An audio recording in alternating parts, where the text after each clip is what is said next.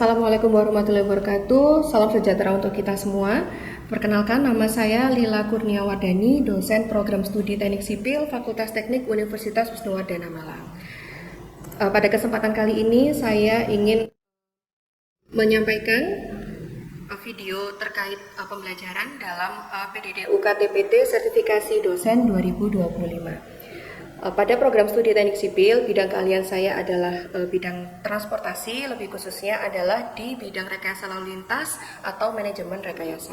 Pada kesempatan kali ini, saya akan menyampaikan ujuk kerja untuk bidang pengajaran pada mata kuliah angkutan umum, yang dimana mata kuliah angkutan umum ini merupakan salah satu mata kuliah pilihan yang menjadi favorit bagi mahasiswa semester atas, terlebih mereka yang memiliki keminatan di bidang transportasi. CPL yang dibebankan pada mata kuliah ini ada 4. Yang pertama adalah memiliki kemampuan dan memahami kebutuhan untuk pengembangan diri dan pembelajaran sepanjang hayat yang terkait dengan isu-isu kekinian yang relevan dengan bidang ilmu teknik sipil. Kedua, mampu menerapkan pengetahuan matematika rekayasa, sains dasar, dan prinsip-prinsip ilmu rekayasa untuk memecahkan persoalan yang kompleks tentang keteknik sipilan dalam masyarakat. Ketiga, mampu menerapkan prinsip-prinsip peraturan, norma, standar, pedoman, dan manual yang berlaku pada bidang rekayasa sipil. Yang keempat, mampu mengidentifikasi, merumuskan, menganalisis, dan menyelesaikan permasalahan bidang rekayasa sipil. Sedangkan CPMK pada mata kuliah angkutan umum ini adalah pada akhir mata kuliah, mahasiswa diharapkan mampu untuk memahami karakteristik angkutan umum, mampu menganalisis dan menentukan moda angkutan umum beserta prasarananya, serta mampu merencanakan sistem angkutan umum secara sederhana. Deskripsi dari mata kuliah ini adalah bertujuan untuk memberikan pengetahuan dan kemampuan pada mahasiswa untuk memahami dan merancang sebuah sistem angkutan umum dengan pokok bahasan sebagai berikut, yaitu konsep dasar angkutan umum, jenis dan karakteristik moda, prasarana angkutan umum, integrasi antar moda, perencanaan dan perancangan angkutan umum, serta biaya operasional kendaraan dan juga perhitungan tarif. Pada mata kuliah ini, bobot penilaian adalah kehadiran sebanyak 25%, kemudian tugas individu 15%, tugas kelompok 15%, ujian tengah semester 20%, dan ujian akhir semester 25%. Metode mengajar yang saya gunakan adalah menyampaikan teori, tetapi juga menggunakan pengalaman saat saya menjadi praktisi di bidang kajian angkutan umum untuk memberikan wawasan kepada mahasiswa. Tujuannya agar mahasiswa tertarik dengan mata kuliah ini karena mahasiswa mendapatkan gambaran real tentang tujuan dan manfaat mata kuliah terhadap dunia kerja yang berorientasi pada kepentingan masyarakat luas. Baik, berikut merupakan video saat saya menyampaikan salah satu materi dalam mata kuliah angkutan umum. Assalamualaikum warahmatullahi wabarakatuh. Waalaikumsalam warahmatullahi wabarakatuh. Selamat pagi semuanya. Bagaimana kabarnya hari ini? Baik. Baik. Baik. Sudah makan? Sudah siap untuk perkuliahan hari ini? Siap. Baik. Hari ini kita akan melanjutkan di mata kuliah angkutan umum ya. Sebelum dimulai saya akan absen dulu. Sadia Khairunisa, Hadir. Juwita, Hadir.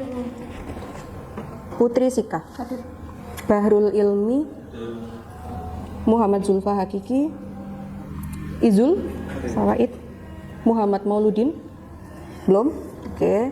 Muhammad Bangga Ramadan, Daniel belum, Ahmad Zulfikar Fauzi, Nistel Roy, Benny, Alexander Obert, Hafiz, kemudian Aresa, belum? Sakit? Titip ke kamu? Kemudian ada Sandi. Sandi belum? Belum. Oke. Baik, minggu kemarin kita sudah membahas tentang isu yang sedang bergulir ya tentang angkutan umum. Contohnya kemarin yang kita bahas adalah gender issue. Bagaimana perempuan itu seharusnya mendapatkan hak dan kenyamanan, keamanan di dalam angkutan umum. Nah, Sekarang kita akan melanjutkan setelah kemarin kita sudah membahas tentang mulai dari konsep dasar, kemudian bagaimana tentang prasarana transportasi angkutan umum, kemudian isu-isu yang mempengaruhi di angkutan umum. Selanjutnya kita akan masuk sebenarnya ke inti dari mata kuliah ini.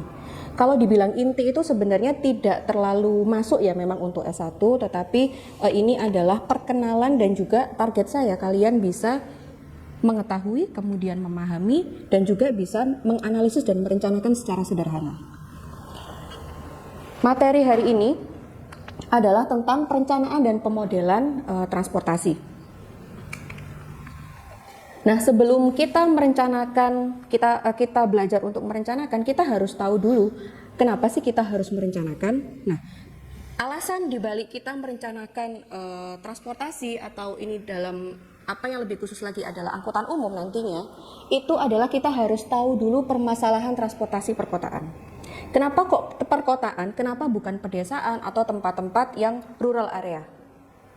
Karena di perkotaan itu pergerakan manusia itu sangat kompleks, banyak sekali pusat-pusat kegiatan dan juga kegiatan masyarakat sangat beragam. Angkutannya, kendaraan dan angkutannya juga beragam ya. Mulai dari kendaraan pribadi, ada apa kendaraan pribadi? Terus sepeda motor. Kemudian ada angkutan umum. Angkutan umum ada apa saja bentuknya? Bis. Kemudian angkot. Nah, kemudian yang berbasiskan jalan raya, yang berbasiskan rel ada apa? Kereta api. Nah, itu biasanya angkutan-angkutan tersebut ada di daerah perkotaan. Sehingga kenapa kok perkotaan yang kita bahas? Karena transportasi di perkotaan itu lebih kompleks. Nah, masalah yang pertama adalah urbanisasi. Urbanisasi itu apa?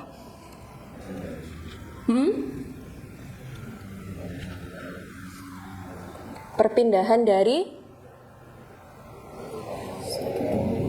lebih tepatnya perpindahan dari desa ke kota. Nah, biasanya ini banyak alasannya ya. Alasannya ini di bawah ini ya, beberapa itu ada di bawah ini. Kira-kira kalau misalnya kalian bertempat tinggal di desa atau regency gitu ya, kemudian kalian ingin mencari karir yang lebih baik, maka biasanya kita pindah ke kota. Kemudian kalian misalnya kita dari desa kemudian tidak ada universitas atau tidak ada sekolah yang baik, maka sebisa mungkin kita pindah ke kota untuk pendidikan misalnya. Seperti itu ya. Kemudian semakin jauh, permasalahan kedua adalah semakin jauh rata-rata pergerakan manusia setiap hari. Kalau dulu belum ada mall, kita paling main di mana? Oh, kalian sudah besar sudah ada mall ya, generasi kalian. Saya cerita, waktu saya kecil di dekat rumah saya nggak ada mall. Mall itu cuma satu di pusat kota, itu jauh dari rumah. Jadi saya mainnya kemana? Mungkin hanya ke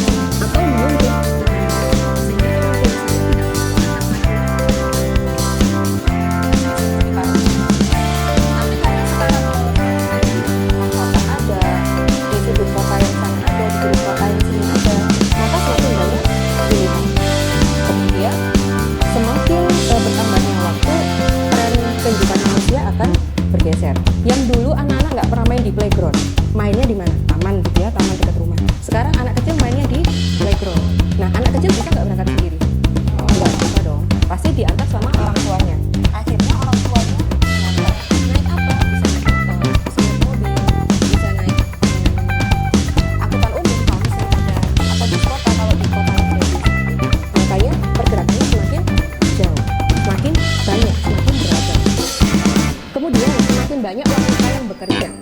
Kalau dulu yang bekerja siapa? Laki-laki ya pada umumnya. Sekarang semakin ada perjuangan di antara kaum perempuan untuk mendapatkan fasilitas, bukan fasilitas saja ya, tapi tidak terlalu banyak.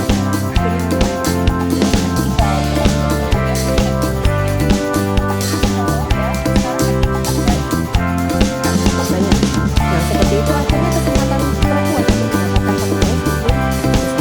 Maka dari itu sekarang kalau misalnya tanpa kantor, pekerjaan juga kok di kantor, di proyek sipil itu ya, di site-nya itu pekerja yang perempuan itu banyak. Bukan pekerja tenaga ya, tapi sebagai tenaga ahli, sebagai supervisor dan sebagainya. Itu cewek banyak banget. Kemudian selanjutnya semakin banyak pelajar dan mahasiswa. Nah, Sebagai contoh real itu adalah di Kota Malang. Di Kota Malang ini ada berapa universitas? Banyak, ya, banyak. PTN banyak, PTS banyak, kemudian akademi juga banyak, ya, vokasi juga banyak, banyak sekali.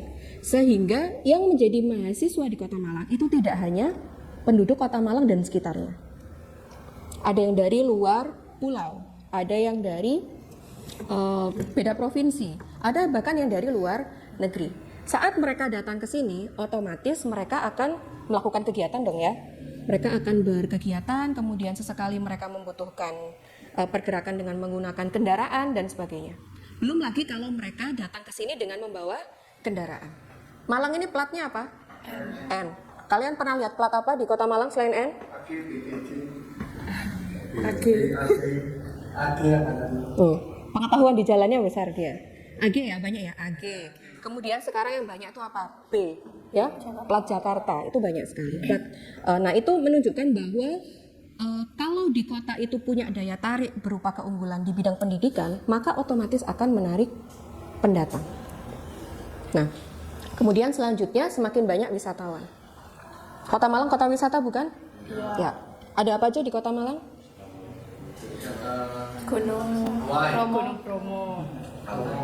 Gunung Bromo kok di Kota Malang toh? Ya, kalau kita berbicara tentang Malang Raya memang banyak sekali ya. Malang Raya banyak sekali. Seperti Malang Raya itu kan Kota Malang, Kabupaten Malang, sama Kota Batu. Nah di Batu aja udah berapa Jatim Park ya? Jejer-jejer. Kemudian di Kabupaten Malang ada wisata apa? Pantai. Ya, kemudian wisata apa lagi? Nah, cobaan-cobaan seperti itu. Nah, semuanya itu sebenarnya melewati Kota Malang. Orang yang mau ke Kota Malang banyak yang melewati kabupaten. Orang yang mau ke Kota Batu banyak yang melewati Kota Malang dan juga Kabupaten Malang. Nah, karena Malang Raya ini sebagai kota wisata, ya sebagai kawasan wisata, maka akan semakin banyak pendatang. Kalau kalian misalnya ke pantai sekarang, tidak hanya orang Malang saja loh yang ke pantai. Ya. betul. Banyak dari daerah lain itu juga hadir ya. Nah, itu mereka pasti bawa mobil ya, mereka bawa rombongan. Sehingga jalan juga akan semakin ramai.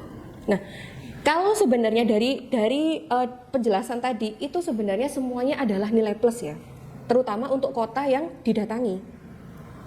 Apa? Pergerakan ekonomi berjalan. Kemudian kota tersebut menjadi lebih terkenal sehingga menarik banyak investor untuk berinvestasi di kota tersebut. Tapi kalau kita lihat dari perspektif transportasi, itu bisa menjadi masalah jika tidak diatasi. Kenapa? Ya aslinya misalnya kalau Kota Malang hanya ada 1.000 mobil misalnya ya. Tapi karena ada ditambahin jadinya 2.000 mobil. Berarti otomatis jalan di Kota Malang semakin padat.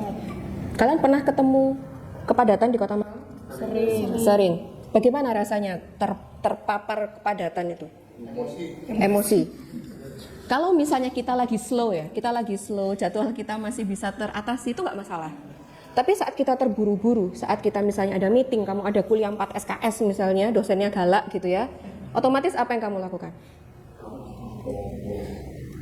14 berangkat lebih awal menjadi salah satu opsi yang lain. Ya, opsi yang beda daripada kalian harus melanggar marka rambut. Ya.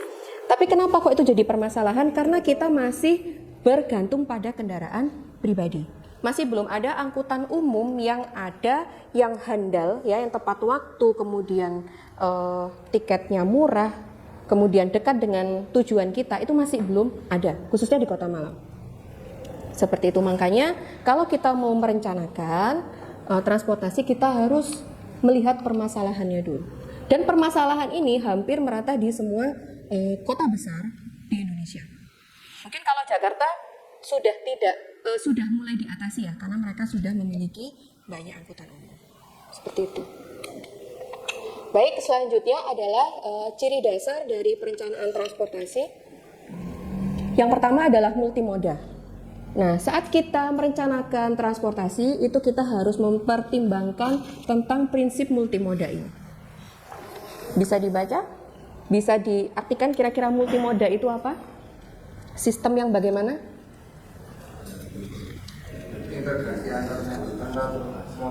Ini dulu. Melibatkan lebih dari satu moda. Melibatkan lebih dari satu moda. Moda artinya Transportasi. Angkutan, kendaraan, transportasi. Kemudian multi lebih dari satu. Sehingga prinsip multimoda ini adalah melibatkan lebih dari satu moda. Nah, ini sejalan dengan Sistranas ya, yaitu sistem transportasi nasional, bahwa konsep sistem transportasi ini harus terintegrasi antar moda. Maksudnya bagaimana, Bu? Misalnya kita merencanakan angkutan umum. Ya, kamu tahu angkutan umum kan yang di Malang warna apa? Biru. Kuning. Warna biru ya, warna biru. Nah, angkot itu kan banyak trayeknya. Salah satunya mungkin ada yang lewat stasiun Kota Baru. Nah, dalam merencanakan angkutan umum, kita tuh juga harus mempertimbangkan kalau misalnya angkutan itu terjadwal, harusnya angkutan itu terjadwal ya. Jadi saat angkutan itu pas lewat di stasiun, seharusnya saat itu juga saat para penumpang itu turun. Ya, saat angkutan itu jadwalnya sampai di stasiun, harusnya saat penumpang kereta itu turun. Tujuannya apa? Ada yang bisa jawab? Tidak ada kemacetan. Kenapa kok tidak ada kemacetan? Soalnya antri. Antri apa tuh? Mobil. Oke, jawaban lain?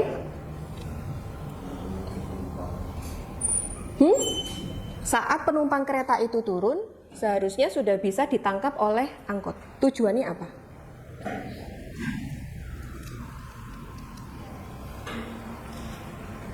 Kalian kalau misalnya ya, kalian bisa bayangkan pendatang yang naik kereta dari luar kota kemudian turun ke Malang. Tujuannya pasti beda-beda ya. Ada yang mau ke rumah saudaranya mungkin, kemudian ada yang mau ke tempat wisata dan sebagainya. Bayangkan kalau mereka tidak punya kendaraan. Mereka, apa yang bisa mereka lakukan? Seharusnya mereka bisa naik angkutan umum. Ya. Nah, kalau mereka tidak bisa naik angkutan umum, maka mereka akan sewa kendaraan pribadi. Nah, pentingnya di sini perencanaan angkutan umum. Jadi saat penumpang kereta itu turun, sudah ada angkutan umum yang standby di depan. Agar apa? Agar mereka bisa langsung naik jurusan ini ke tempat tujuannya. Sehingga tidak ada kebingungan di penumpang, pengunjung yang tadi datang itu tidak ada kebingungan saya harus naik apa kemana, seperti itu. Nah, tadi benar yang dikatakan sama Hafiz ya, kalau agar tidak ada antrian, itu benar. Karena apa? Kalau kendaraan itu sudah standby, saat ini datang, maka ini akan terisi pergi. Nggak ada lagi antrian kan di sekitar stasiun. Jawaban itu benar juga. Kedepannya yang kita harapkan adalah seperti itu. Tetapi kadang kondisi ideal itu tidak seterusnya kita dapatkan, ya. Tapi yang penting kalau sekarang itu ada angkutan umum sehingga masyarakat memiliki alternatif ya saat mau menuju ke suatu tujuannya. Begitu. Nah, itu adalah multimoda. Tadi kenapa kok angkot sama kereta ini multimoda? Karena melibatkan dua moda. Apa modanya? Kereta. Jadi, dan juga berlaku sebaliknya. Misalnya orang mau naik kereta api, dia dari rumahnya dia bisa naik angkot, kemudian turun di stasiun, kemudian naik kereta. Enak kan? Tanpa dia harus naik kendaraan pribadi, tanpa harus bermacet-macet, karena biasanya idealnya angkutan umum itu mendapatkan hak keistimewaan di jalan, seperti misalnya dia punya lajur sendiri atau dia tidak kena lampu merah dan sebagainya. Jadi bisa datang tepat waktu. Oke, yang kedua adalah multidisiplin. Dalam perencanaan transportasi itu kita melibatkan banyak disiplin keilmuan. Ada teknik sipil, planologi, sosial politik, ekonomi, informatika, matematika, hukum, dan sebagainya. Nah, tapi biasanya yang menjadi tim leadernya itu adalah teknik sipil. Kenapa? Karena transportasi itu kuatnya ada di kita. Ya, tapi untuk misalnya routing ya, pembentukan rute, kemudian persepsi masyarakat itu kita akan dibantu oleh teman-teman dari planologi, tata kota. Kemudian untuk perhitungan investasi pemerintah berapa, kemudian berapa potensi penumpang yang akan naik, itu teman-teman dari ekonomi, teman-teman dari matematika. Kemudian dasar hukumnya seperti ini, menyalahi undang-undang atau tidak, kita akan dibantu oleh teman-teman dari hukum. Gitu ya. Nah, selanjutnya adalah multisektoral, yaitu melibatkan banyak lembaga dan pihak terkait.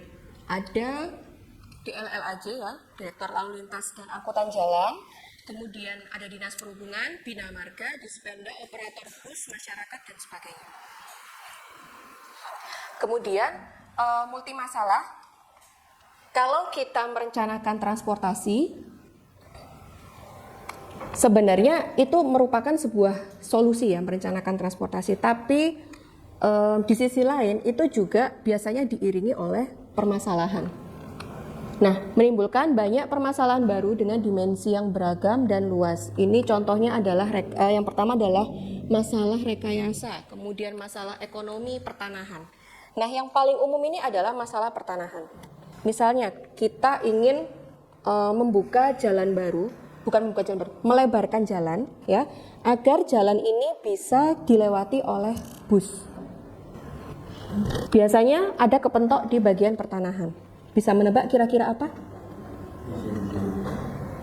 Izin. Kemudian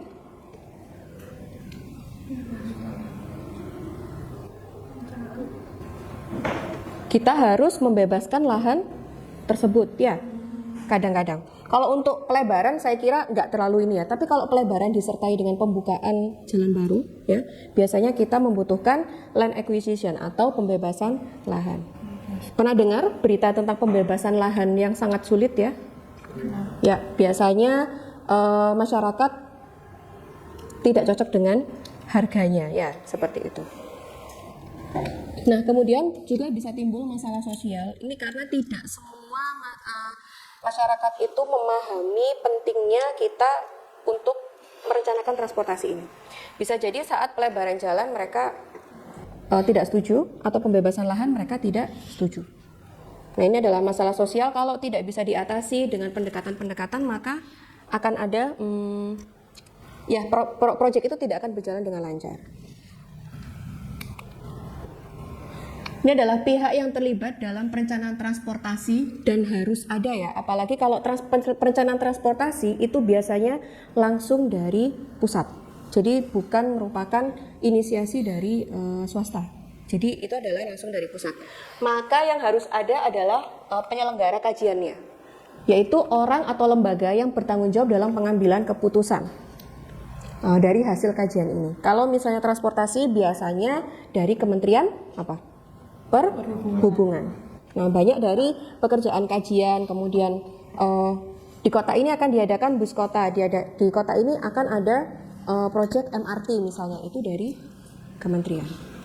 Kemudian yang kedua adalah profesional atau pakar, yaitu pihak yang bertanggung jawab terhadap pelaksanaan kajian. Misalnya adalah konsultan, pusat kajian, dan pusat penelitian. Nah, kalau saya bisa tambahkan, inilah tempat kita ya, di konsultan.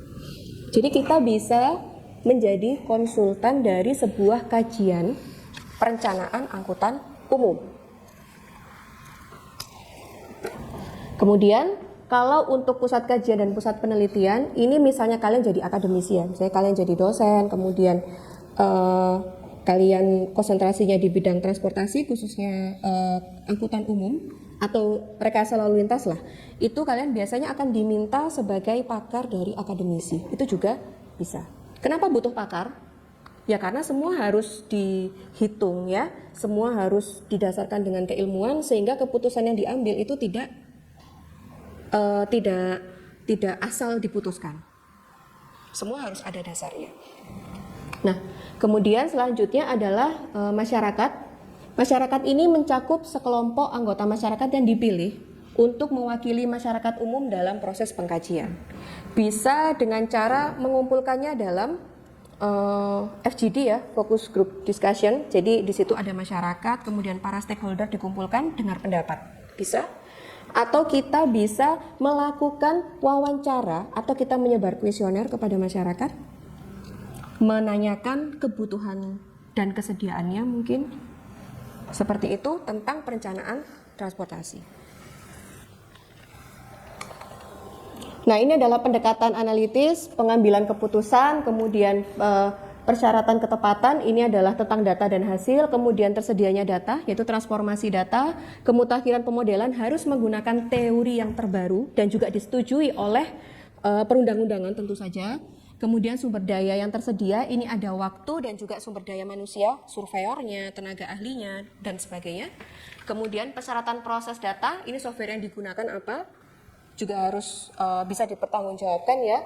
Kemudian tingkat kemampuan perencana dan peneliti. Nah, maka dari itu kalian kalau misalnya nanti setelah lulus kuliah kalian mau di bidang kajian, itu bisa memperdalam kemampuan kita dengan mengambil sertifikasi dan sebagainya. Itu agar kita saat kita bekerja itu kemampuan kita itu sudah tersertifikasi, terkonfirmasi begitu, tervalidasi. Baik. Sampai di sini ada yang ditanyakan? Ini adalah sedikit contoh ya, saat saya melakukan sebuah kajian, ini di tingkat Kementerian Perhubungan. Ini adalah real pekerjaan tentang kajian angkutan umum ya. Kalian bisa baca judulnya, Studi Penyusunan Program Transportasi Darat di Provinsi Kepulauan Riau. Jadi di sini di Kepulauan Riau sana itu mereka memang 94%-nya itu adalah kawasannya itu berupa laut, perairan ya, karena kepulauan. Tetapi ada 6% yang berupa daratan, di mana selama ini itu masih terfokus pada bagaimana menyediakan kapal laut dan sebagainya. Tapi di dalam daratan itu masih belum banyak dibahas tentang bagaimana menyediakan transportasi umum yang baik di dalam. Nah, ini adalah tahap kajiannya ya. Ini sama dengan tahap perencanaan kita ya. Yang pertama kita harus menginventarisasi kondisi yang ada saat ini bagaimana. Ya kan, kalau kamu mau melakukan sebuah perubahan di sebuah tempat, maka kamu harus mengetahui bagaimana kondisi saat ini, apa yang perlu diubah, apa yang kurang, begitu ya. Kemudian kita juga mengidentifikasi apa saja hal-hal yang bisa kita kembangkan atau tidak bisa kita kembangkan. Kita bekerjanya ke arah yang bisa dikembangkan.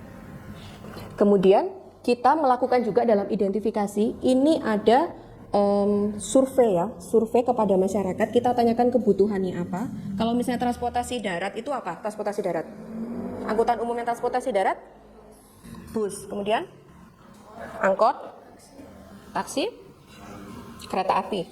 Ya berputar di situ ya. Kita tanyakan kepada mereka butuhnya itu apa. Karena kadang cita-cita kita ada bus kota ya, seperti Transjakarta. Tetapi ternyata masyarakat di sana itu jumlah kebutuhannya tidak sebesar itu. Mungkin angkot saja sudah cukup. Nah, kalau kita langsung memvonis oke, bis kota, maka yang terjadi adalah mungkin buang-buang anggaran dan sebagainya. Karena apa, bis kota itu juga harus di maintenance ya, harus di maintenance. Itu biayanya besar sekali. Kemudian selanjutnya dari hasil identifikasi kita menganalisis apa saja yang kurang, kemudian kita berikan rekomendasi. Nanti dalam minggu depan itu kita akan melanjutkan tentang teorinya ini. Kalau ini adalah contoh real di masyarakat. Baik, sampai di sini ada yang ditanyakan? Baik, kalau begitu nanti kita akan bertemu lagi minggu depan di materi selanjutnya, lanjutannya ini. Ya? Baik, terima kasih. Saya akhiri. Terima kasih atas kehadirannya. Saya sangat menghargai sekali. Selamat pagi. Wassalamualaikum warahmatullahi wabarakatuh. Waalaikumsalam.